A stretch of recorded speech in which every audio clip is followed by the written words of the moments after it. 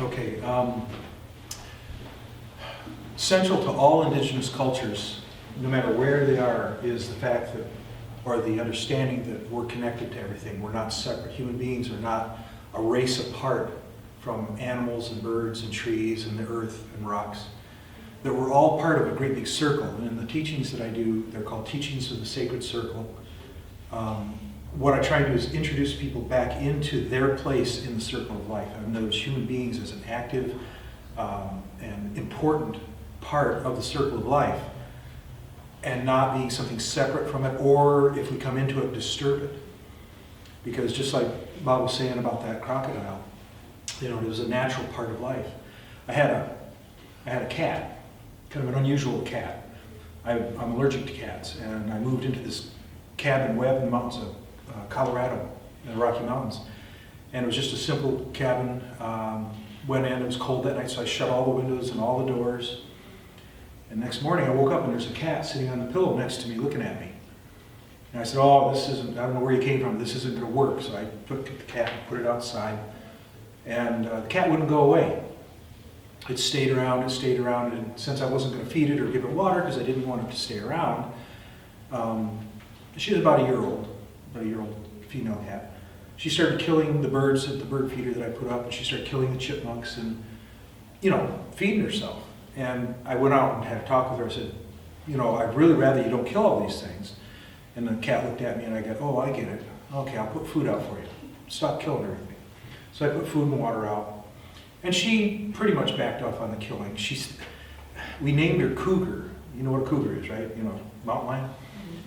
And I think in a past life she had been a cougar because these deer, big deer, that tall, would come in to eat the seeds that dropped from the bird feeder. And she would sneak up from behind them and she'd jump up and grab them on the hind end and try to bite them. And they would look around and kick her off. And then she'd sit there like, well, why didn't that work? So I think she was remembering what it was like to be a cougar, because that's how they hunt. They'll jump on the hind end, pull the animal down, and then bite and break their neck. And I really liked that cat. It was a really good cat. It was very protective. My daughter was living with me. She was about probably 11 or 12. Ended up raising her, and Cougar really liked her and me, but nobody else. And anybody else that showed up, oh, nice kitty, and boy, she'd bite them. And I'd warn people, leave her alone, she doesn't like it. So I got really attached to this cat, even though I was allergic to cats. And for some reason I stopped being allergic to this one. And we had to move. And we moved out of the mountains down to another log cabin, but it was in a really dry area, bushy trees rather than big pine trees. And I'd go out for a walk. I had a dog as well. And I'd go out for a walk with the dog, and this cat would walk right next to us as we would travel around, just like it was a dog. One of the things I began to notice is there was a golden eagle that would see us and would fly over us and just kind of track us. And I started getting a little worried. My dog was big, but the cat was small. One day I heard this noise outside, and I opened the door of the cabin, and here, sitting in one of those scrubby trees, was the golden eagle with Cougar, my cat. And it had broken its neck. And then it flew away, carrying the cat. And the weird thing is, I never got upset. Because first off, I knew that eagle was going to feed its babies. Second of all, ever since we moved out of the mountains and down there, Cougar had not been happy. She didn't like it down there. So in a really strange way, I felt as if when they left, it was like Cougar saying, I'll come back in another lifetime and something else. I'll be a cougar next time. So I understand what Bob was talking about the crocodile taking that guy and not wanting vengeance on the animal. Vengeance is kind of a human trait. But it's not, if something happened to my daughter, I don't know how I'd feel. I can't say that. But I do know that I've spent a good deal of my adult life, all my adult life, living as close to nature as I can. I've purposely chosen areas that were quite wild, not necessarily remote, because I live in Montana now, and in Montana you can be in the middle of a nice-sized town and literally drive 5 to 10 minutes and you're at the edge of a wilderness area where there are wolves and cougars and elk and deer and moose and bear. And with a short hike in, you run across their tracks and stuff. So it's really, for me, it's ideal. I can be in town. I have a practice where I do a certain type of therapy that I developed for people. And I can just leave, and in a few minutes I'm out in the wilderness and I can be completely away from all people. And in doing that, over the years, I've developed a relationship with the animals in those areas, to the point where I actually know individual deer Or there was two wolves, as a matter of fact, they were young, so they were curious, that I actually developed a relationship with these two wolves where we would see each other, and I would stop and they would watch me, I'd watch them, and then they'd go around their stuff, doing what they normally do, and I got to observe what normal wolf activity was like. And that leads into something that is part of what I try and teach people, is if you're in a relationship with nature where you're actually part of the circle of life, and you know what your neighbors are doing, like you know what the certain kinds of birds act like, and if you know what a herd of deer acts like when it's normal, and suddenly they do something really unusual, it gets your attention. And the thing about animals and birds and nature is there's a built-in warning system there. For instance, if you're going to have an earthquake or a volcano or a big storm come in, the animals will act unusual.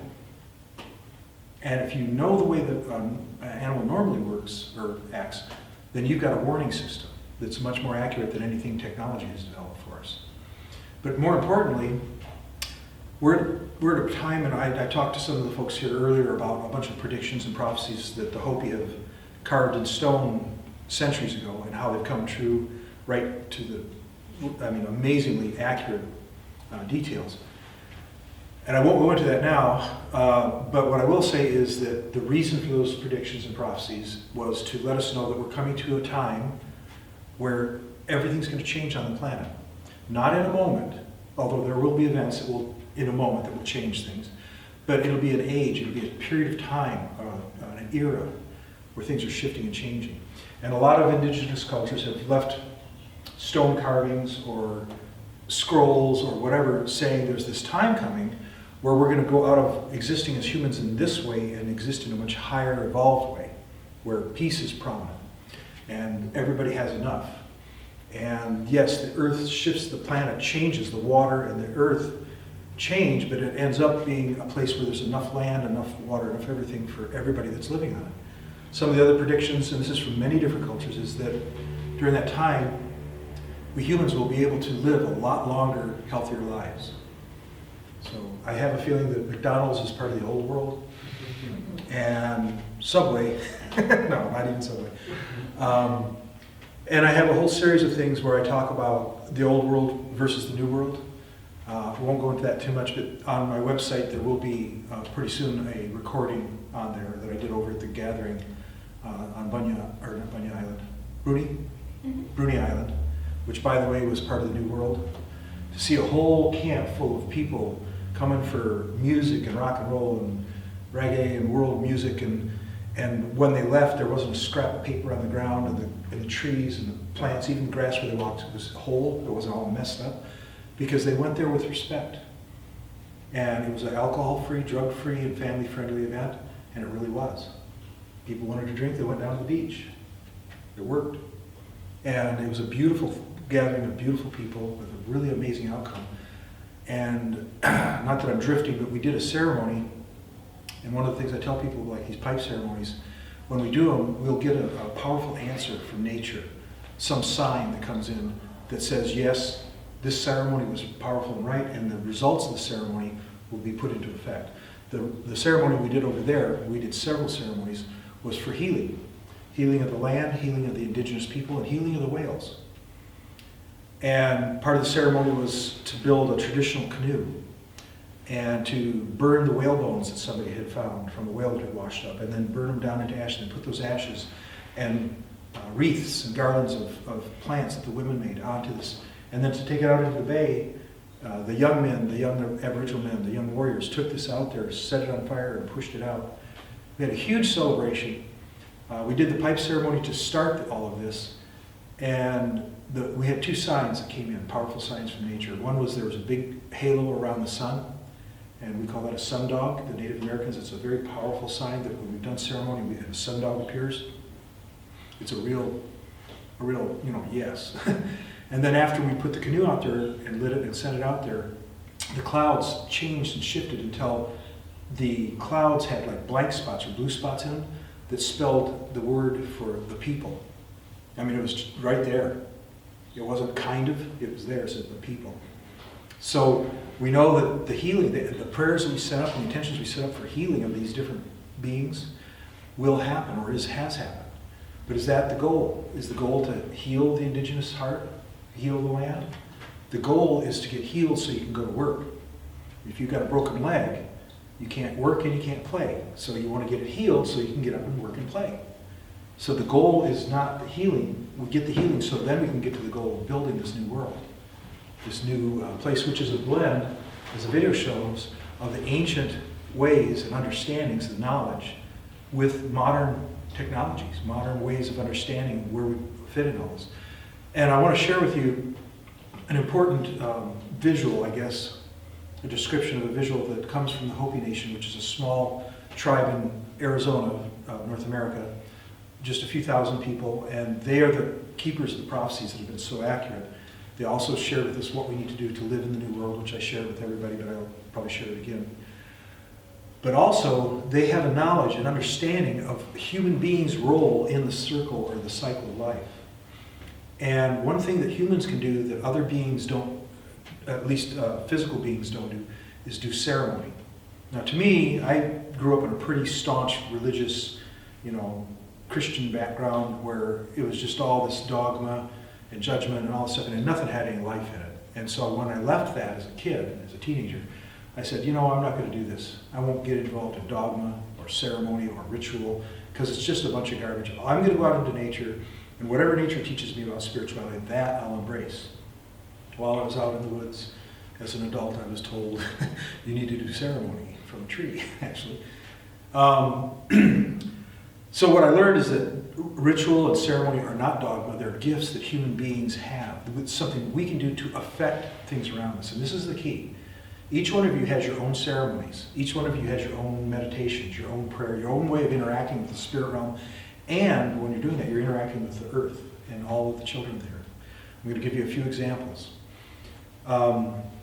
So the Hopi live out in a very severe desert, really severe. And they have lived there in this one place for 800 years off of corn, squash, and beans that they grow without irrigation, basically. There's a little tiny bit where they take water out of springs and take it down. But they depend on the natural cycles of weather, of rain, to come in at the right times to make their crops grow so that they can harvest them and sustain themselves. They have ceremonies for everything from gathering water to, they have these series of dances they do from spring, summer, and fall, where they dress up, the men dress up like these things called kachinas or katsinas. And they're to represent these spirit beings that live up on a mountain. There's a lot more to it than that. But, I'll just say this, the spirit beings didn't used to be spirit beings. They were superhuman beings that lived with the Hopi for hundreds, if not thousands of years and helped them out with everything and taught them these ceremonies.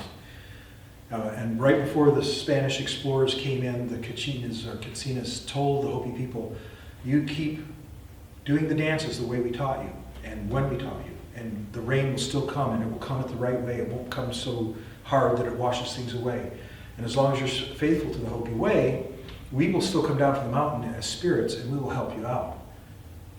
And I will say that the last prediction on the Hopi prophecy timeline is where one of those comes back physically, but we won't go there right now. So that they've been, for hundreds of years, they've been dancing these dances on exactly the same day of the year, at the right time of the day, the right people wearing the right outfits and masks.